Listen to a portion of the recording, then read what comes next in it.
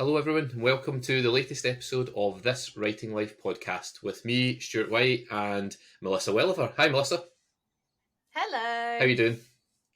I'm good. Yeah, I'm excited to be back on the podcast. It feels like ages since we recorded one, but I think that's just Christmas. It has been ages. Yeah, we took we took a wee break over Christmas and so on, so it has been a wee while. But today we're going to be talking about writing goals because it's the new year, and also writing dreams because it's obviously a good idea to separate those two for obvious reasons. One being within your control and one not, but also because I think holding on to some dreams is quite healthy. It gives you a little bit of hope and is quite good for the soul.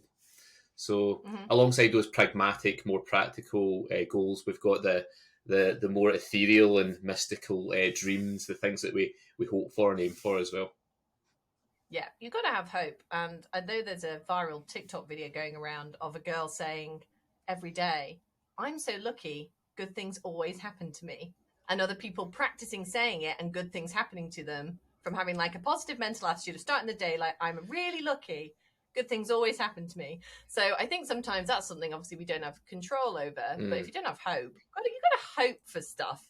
And also, I'm a control freak, but if you can't control everything, you've got to at least hope that other people will help you along that path. And there's a lot of people involved with publishing, so yeah, actually that's really healthy. What you were saying there about, because it's similar to the gratitude list that you're often encouraged to make. You know, when you're feeling a bit down about your life, think about, what are all the good things, what are all the positives in my life, and that sounds kind of similar. You know, to try to flip your mindset to a more positive one.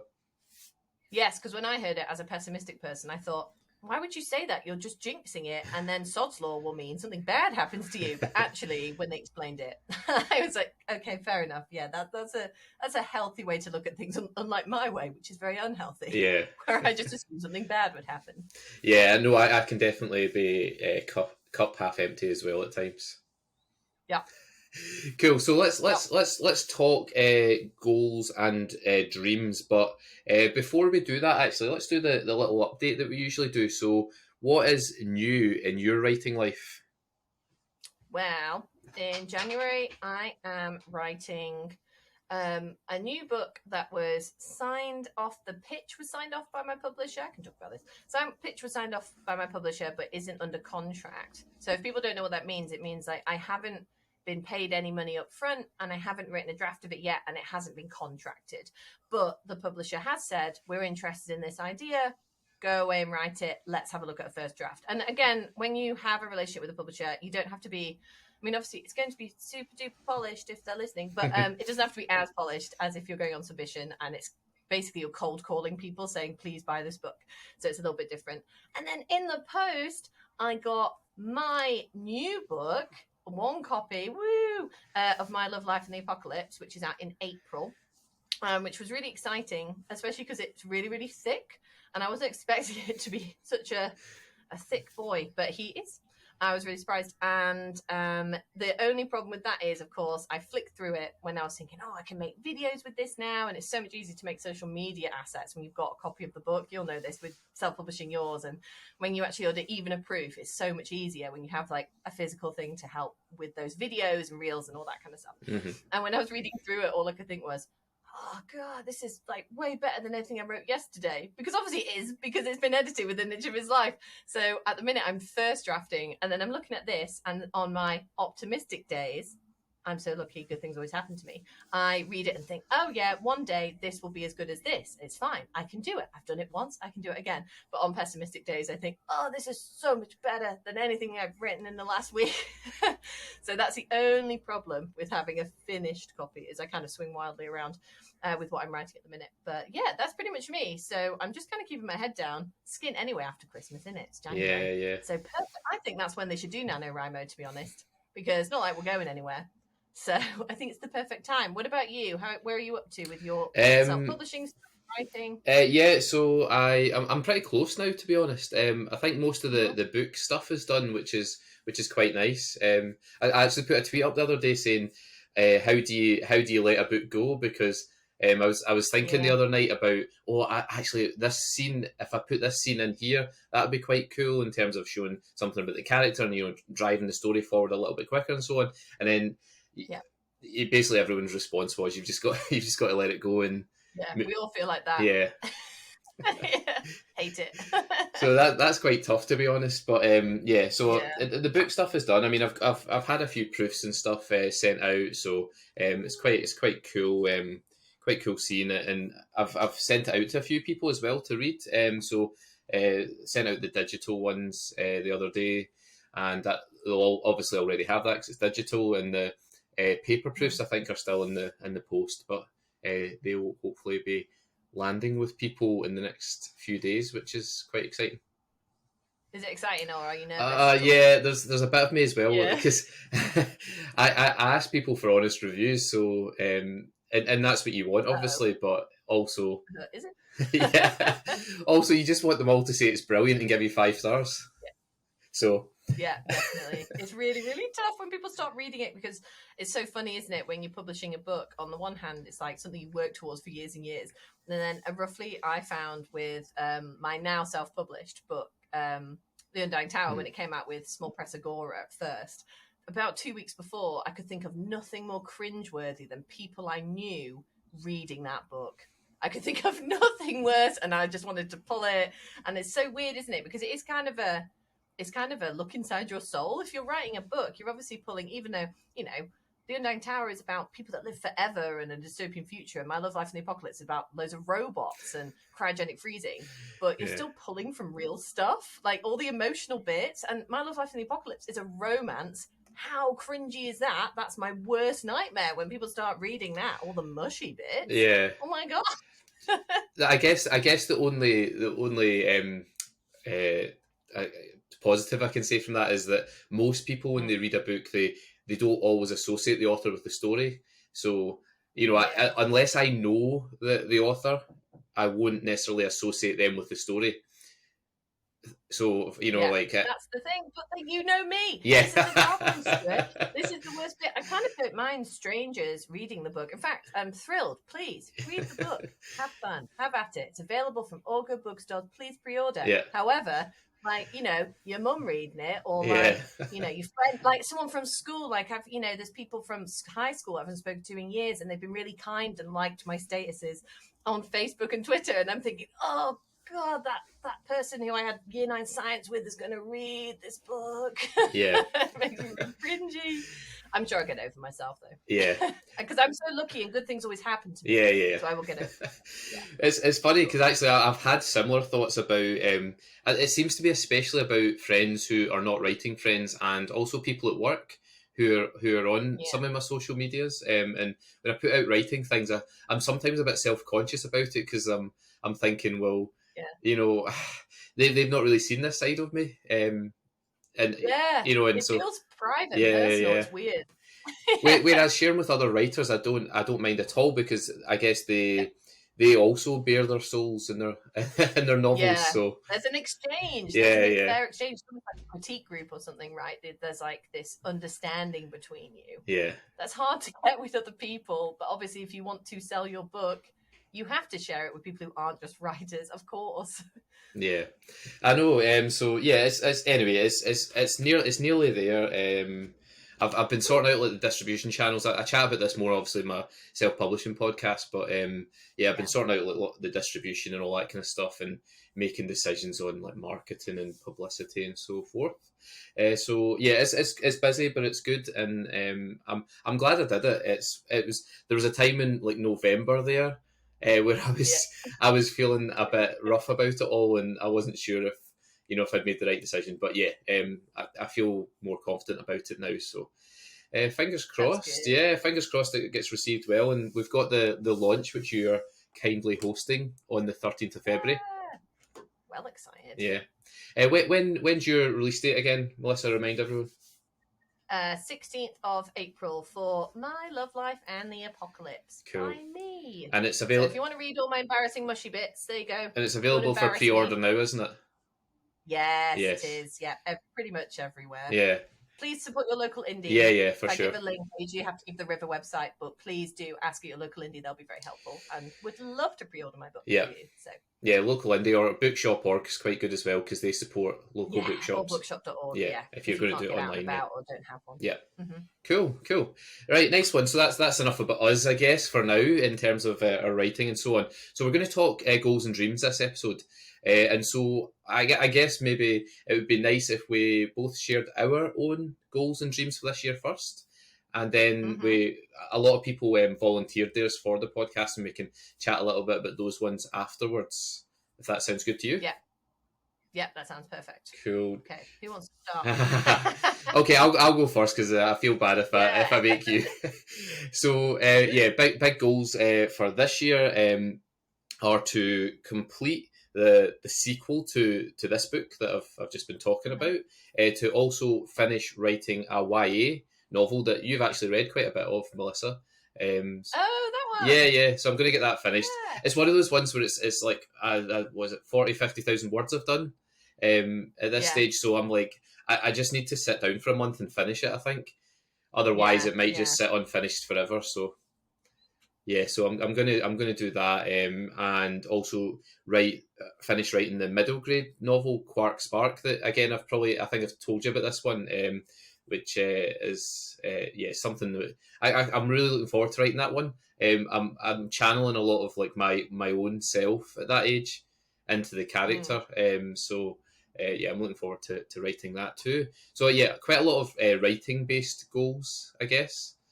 But I get they're all controllable. They're all ones that if I just have the self discipline and the work ethic, I should be able to complete those. So.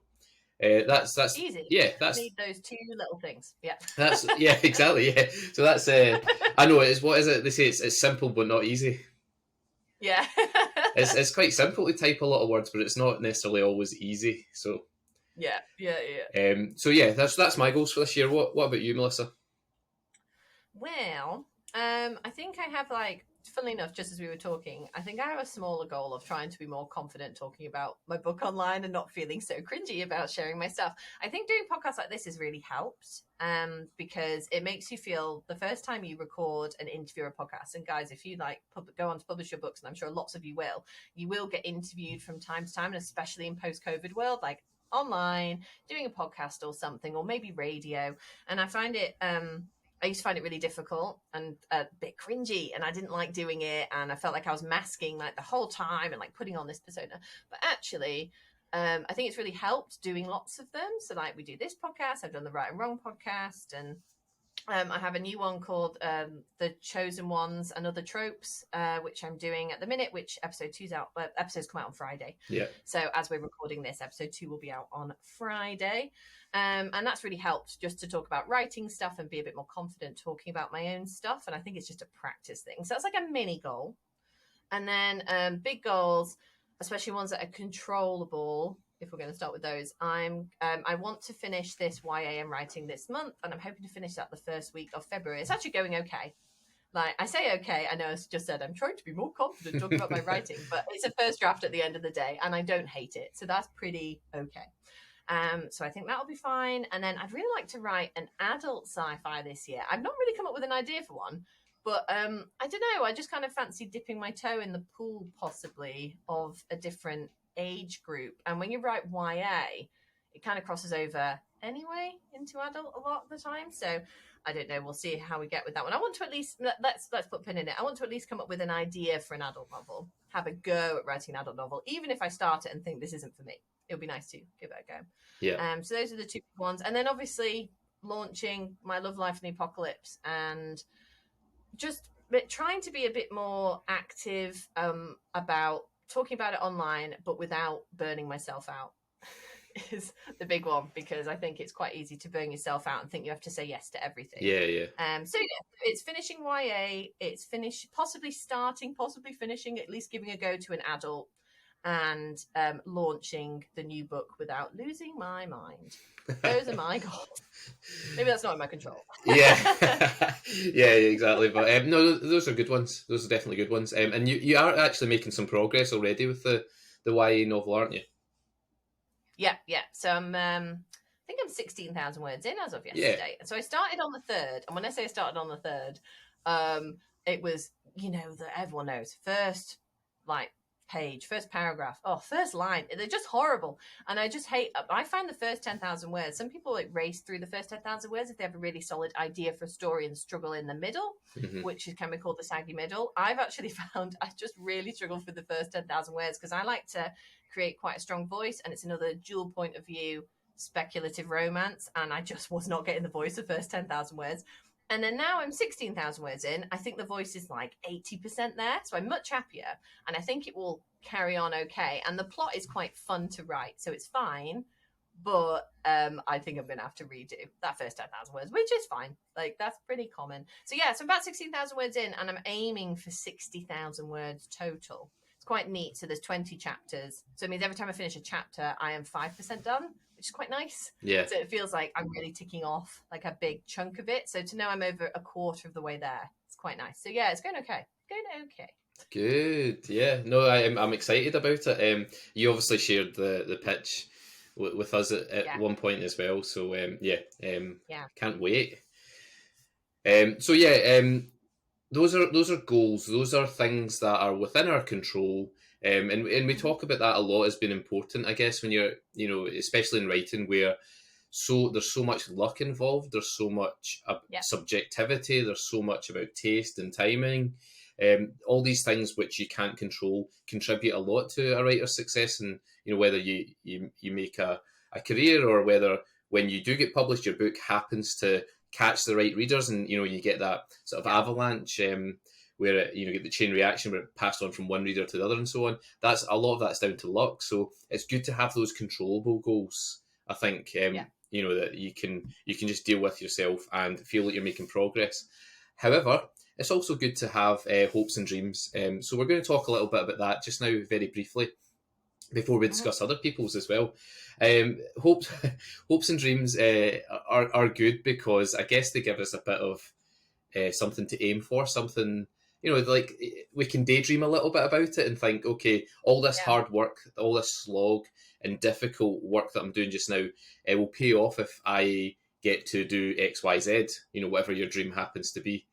Right. Yeah. And it's interesting because I overthink absolutely everything.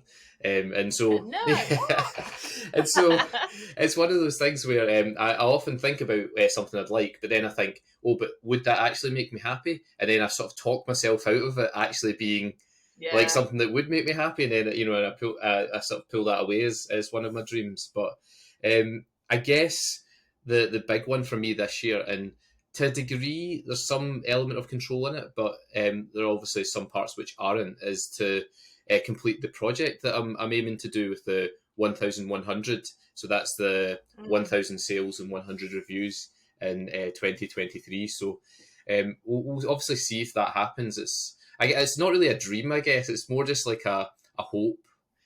In between goal and dream. So it's at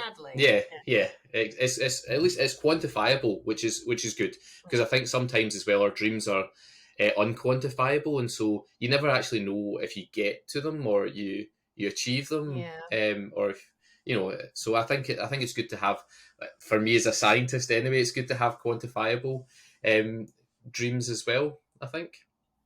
But I think it's so difficult, isn't it, with dreams, because you never want to, I think there's a shade of embarrassment about admitting.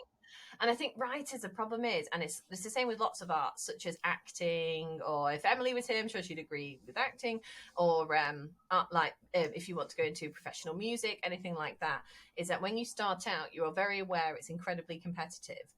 And if you are doing it and telling people you're doing it, you're essentially admitting, oh, I want to succeed at this, but everyone knows it's quite likely you will fail at this in terms of the numbers, which obviously is probably not the best way to start this on a post-goals podcast, but you know what I mean. It's really difficult. And I think there is, people feel really embarrassed admitting to, say, friends and family, oh, I want to do this, especially when, to take writing specifically, because that's the industry we know, it's so complicated and weird it's a really weird industry. You know, My Love Life and the Apocalypse is going to come out, and then they're going to say it's my debut. And what they mean by that is it's my print debut, because I previously published with a digital first publisher. Then they went under and I am self-publishing. But people say I held a copy of your book in my hands, and I explain how print on demand works. Yeah. And it's really tricky because sometimes I think people can be a little bit snobbish about stuff, and they think that, oh, you want to be an author, that means you want to be, you know, a super rich, you're going to be Richard Osman, you're going to be, you know, Dan Brown. And it's like, well, not really. That's not really how it works most of the time. So I think it's a really tricky one, because I think when we talk about dreams, especially ones we don't have any control over, I think it can feel quite self-indulgent. Yeah. No, and that's yeah, I agree. Actually, yeah, I hadn't really thought about it in that regard too much, but yeah, you're right. You're being vulnerable. You're exposing like an inner emotion and thought and hope, and I think that you're right that some people can find that a bit embarrassing, in case the people that are the recipients of it maybe think, oh, because I guess as you say, it's so tough with writing. If someone says something like, I want to be, I don't know, #1 in the sales charts for children and YA book or something. Yeah. We know that you have to sell sort of 7,000 copies or even more in some weeks, you know, to get to #1. Most of the time 6, 7, but yeah. And you know, even to get into the top 20, you're selling 2,000 plus in a week, you know, and so it's not going to happen for everyone. So if someone says that, everyone might think, oh, yeah, that's not really realistic. And so it can be quite vulnerable sharing these things. Massively. And then you don't want people as well to think, oh, well, this is how I think, because I'm quite a pessimistic person. But, you know, you are basically saying, I believe in myself that I'm good enough to achieve this goal.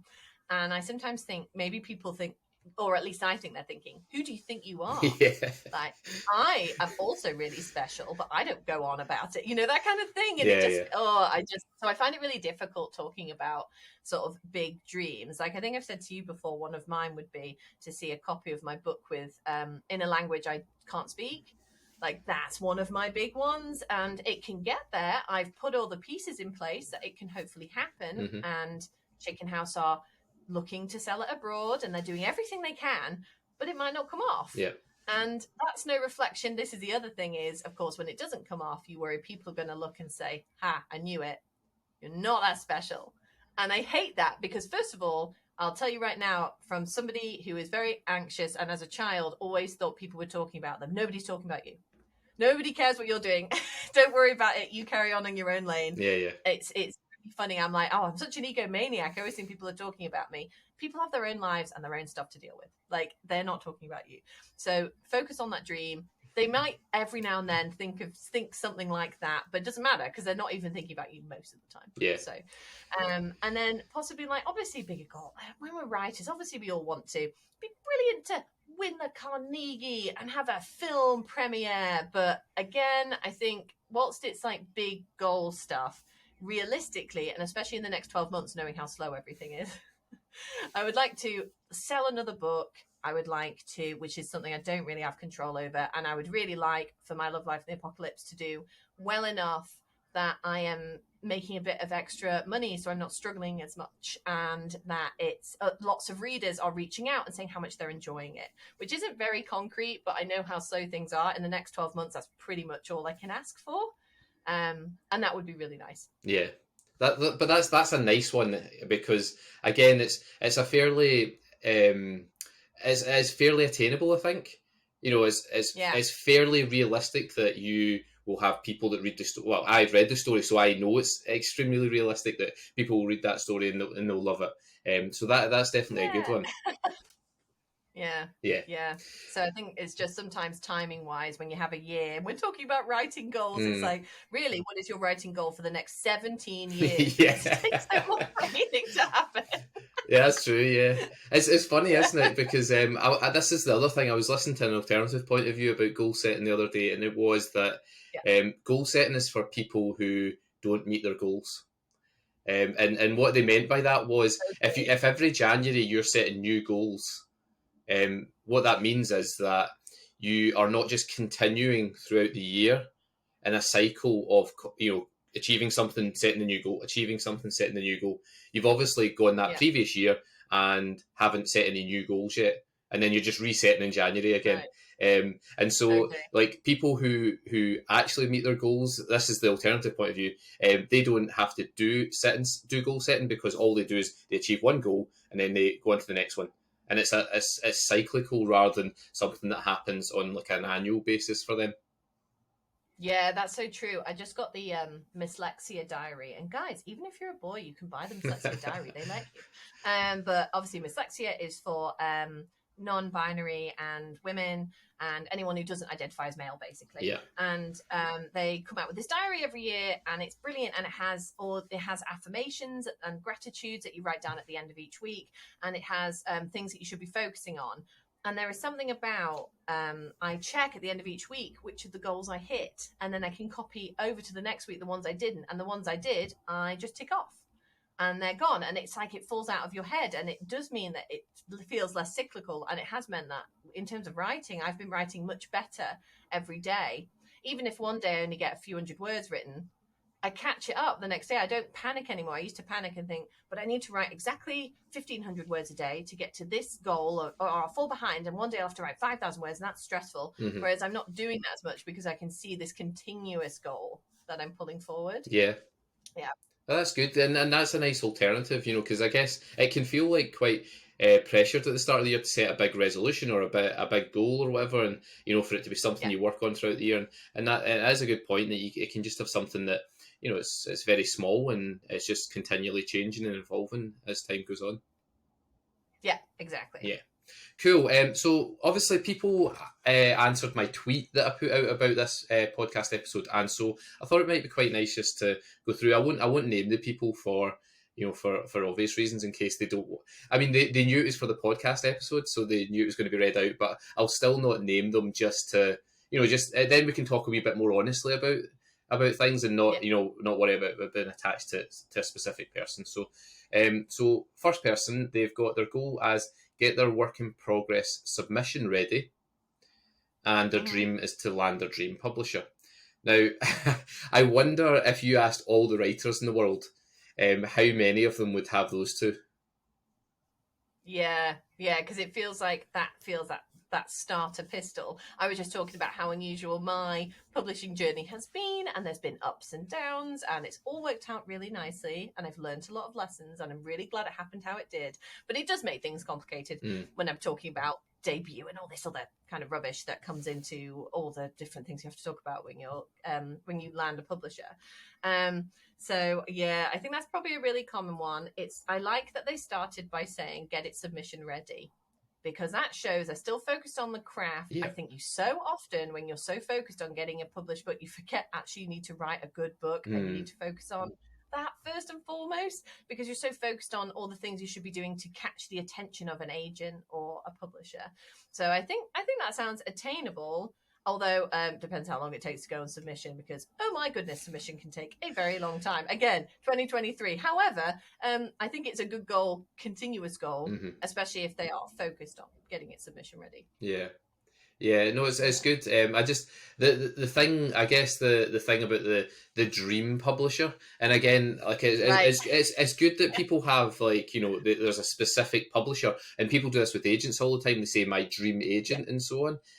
But I guess being a bit more down to earth, like the dream agent or the dream publisher is surely just the one that believes in you and your work, and therefore takes you on. Yeah, I think that's a good way to look at it, because it feels so often, I think we always use the analogy of it feels like dating. Like everyone has like a book boyfriend who's really awesome and has really cool magic skills and would protect you from a firestorm with his magical cloak. But in real life, like that doesn't happen. Yeah. You have to, it doesn't mean that you are settling when you find something else that isn't exactly what you imagined for yourself. And it's exactly the same in publishing. I know people that signed with a huge Big 5 dream publisher and it wasn't everything they imagined, and they've moved somewhere else. I know people that signed with small publishers, and I was very happy with how Agora launched The Undying Tower. It was just unfortunate what happened. It was nobody's fault. I'm with Chicken House, and Chicken House is considered a mid-list publisher, it's not one of the big five. That means, you're talking like Penguin, and I say big five. They keep combining until they're just one giant all. So I actually don't even know if it's big five or who they all are anymore. But we're talking like those huge, like HarperCollins and Hachette. People know which the big five are. Yeah. So I think sometimes you can have a completely different journey anyway. I know people who were in very lucky positions where they get multiple offers and they get to meet all the different publishers and they end up going with one that isn't necessarily a big five, because they're offering something that they can see a real vision for your book. They believe in it the most. They've made the biggest effort to believe in that book. And sometimes you won't necessarily get that from a big five unless your name rhymes with David Holliam or something. And so you're not going to get the same amount of attention. So it might be better to go somewhere else. So I think, but this is all stuff that comes with experience. You can't really guess it. A good agent will lead you through it. You get to meet agents as well. That's another thing. If you're lucky enough to get multiple offers, you can meet these agents. Even if you only get one offer, you can go and speak to the agent. You can Zoom with them if you live in a different country, or you live up north and you just can't get down to London, because let's be honest, most of them are in London. So yeah, it's something that comes with experience, but I don't think it's a problem having a idea of a dream publisher, and it's good to discuss that with your agent. They'll ask what your expectations are. Yeah. But it might not necessarily be the journey that you think. We all want a 7-figure deal at an 8-person auction, right? That's what we actually all want. Yeah. Like, let's not lie, but that's not going to happen for most of us. And that doesn't mean your book is bad or isn't going to do well. Most bestsellers did not get a huge auction. Like, actually, most of them did not. Yeah. So, not all Richard Osman. Like, it's not going to happen. But that's okay. It'll still be good. I promise it'll still be good. Yeah. That's that. Yeah, that's exactly the point I was trying to make, was like, it is different for everyone, and who you think initially is going to be your dream agent or publisher might not be in the end. Exactly. Yeah, because I guess, like, I can't remember who I was talking to about this the other day, but we all project a certain persona online, and agents do that, and publishers do that. But the reality is that maybe the person who's not projecting that sort of dream persona online is actually someone who's just quite quiet and hardworking and really good at their job. And so, like, I think for me anyway, if I sign with an agent, I just want someone who I know is going to be really good at their job and sell my book.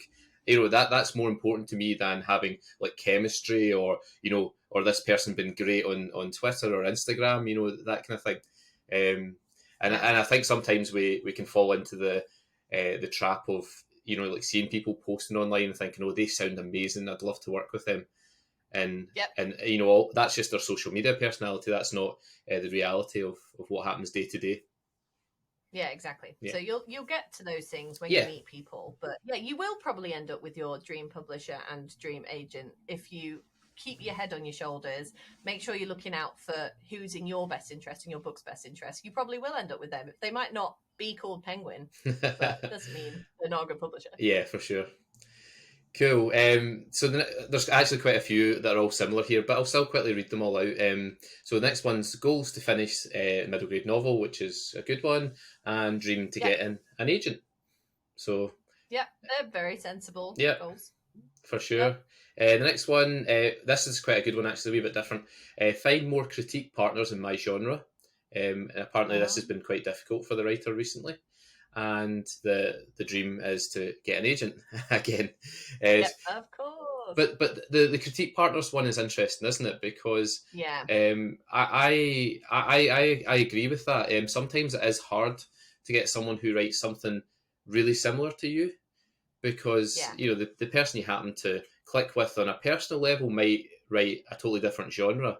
And the people that you meet online or in your little communities, they just might not be writing the same things as you, because I don't find too many other people who are writing similar things to me in the middle grades. Sci-fi is a really tough one actually, because we both write sci-fi and I find it's just not as, I don't know why, but it's just not as popular. And so you don't find as many. Well, I mean, what we obviously do with Write Mentor and in the Hub, when I'm putting together critique groups, is I do try and find, and also the Hubsters talk to me about if they want to maybe shift around and find people in different genres. So I do try and match people up, but it can be really difficult to find the correct, like I've got I have 2 in-person critique groups, and none of them write children's. There's one person, actually, that's unfair to Jess. There is one person who is dipping their toe into the middle grade pool, and I'm very pleased for them, because it's so much harder than writing adult books anyway.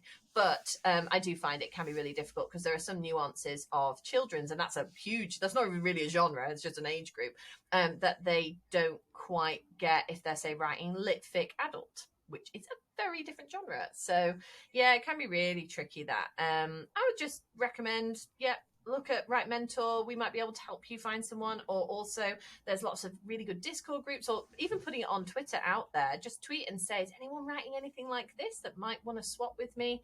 But I think that's a really nice goal, actually. And that's a goal that when they find that person, and they will find them, they can take like through the year, which is quite nice. Yeah.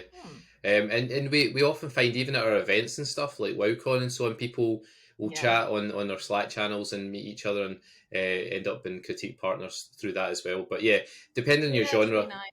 Really nice. Depending on your genre though, it can be tricky. But it is, it's nice. It's nice when people do that, for sure. Yeah. Cool. Next one, we've got finish these edits on book 2 and write book 3. And the dream is to get a deal for book 2 and sell book 1 abroad. So this is obviously a published author.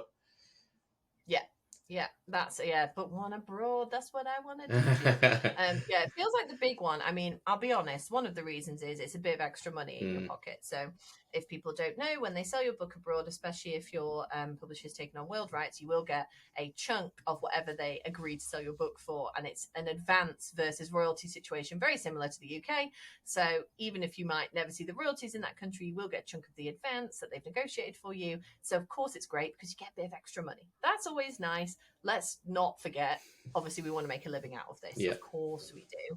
However, it's also just knowing that, somebody, the thought of somebody translating your words and having to come up with I love it. I just love the idea. I'd love to be a translator. I'm terrible at languages, like spoken languages. I'm trying to learn some sign language, but I'm terrible at spoken languages. Oh my gosh, like it's actually embarrassing when I try and speak foreign languages, and I do try my best when I'm away somewhere or something like that. So the thought that somebody's putting money, time, and effort into artistically trying to translate your book instead of just running it through Google Translate, which is what I do whenever I'm translating something, is shove it through Google Translate, is an amazing thing. So I totally understand that one. That's such a good one.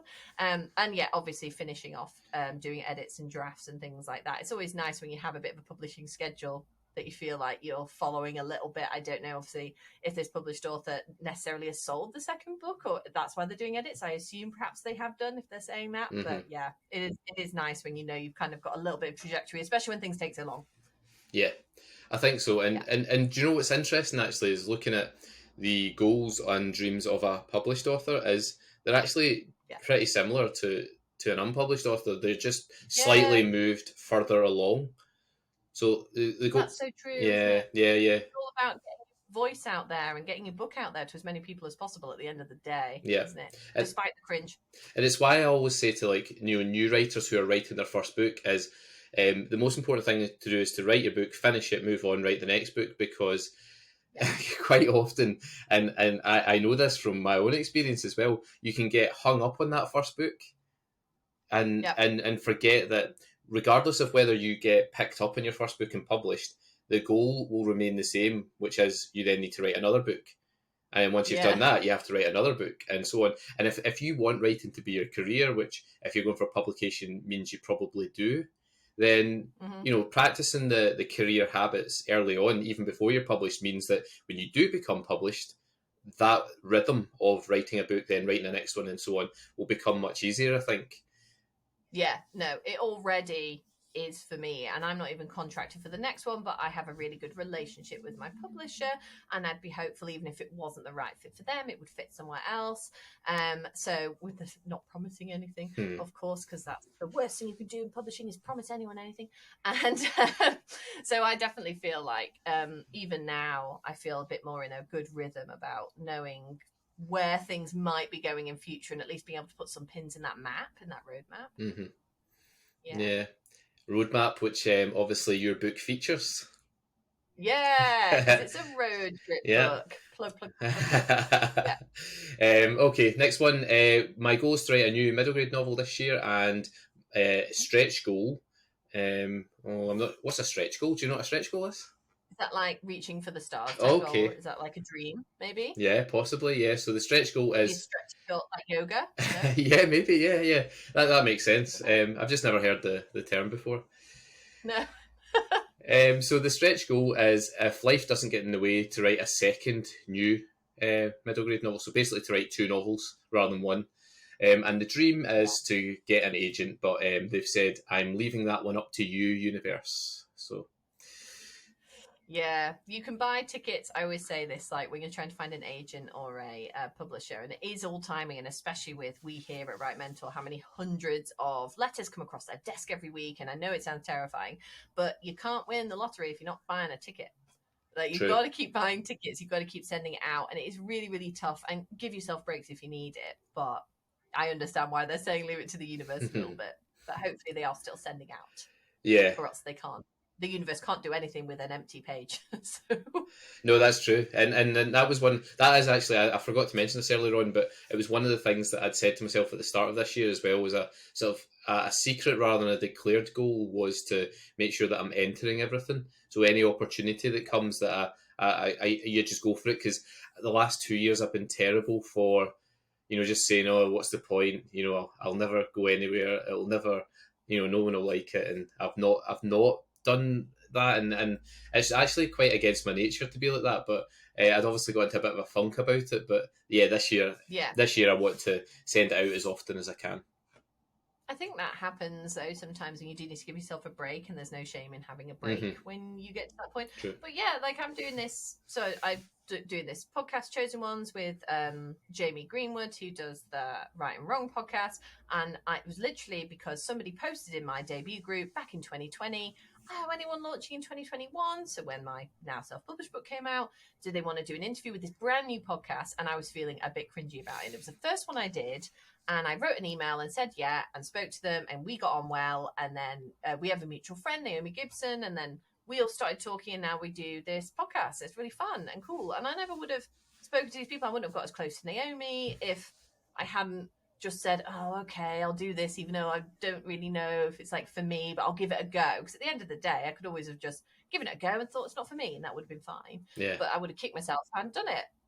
So you don't know what comes off from things, so you've got to take every opportunity. Yeah, absolutely.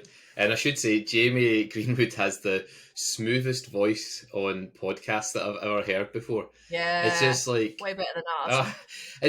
I don't know. I don't even know where Jamie's from, but it's just like his voice. It's just he's got like that natural sort of smooth podcast voice, doesn't he? Yeah, we should work on that. Yeah, no, I think it's good for people to be authentic, like we are. Like it's good. I love like listening to a podcast or to the radio and hearing a regional accent. Yeah, that's definitely.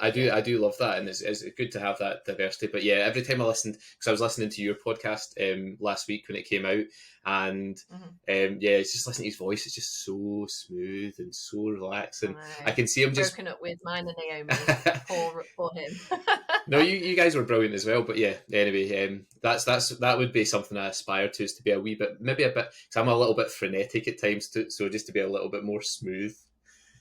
Bit more chill. Yeah. I don't think it's happening to do it, but we'll try. God loves to try.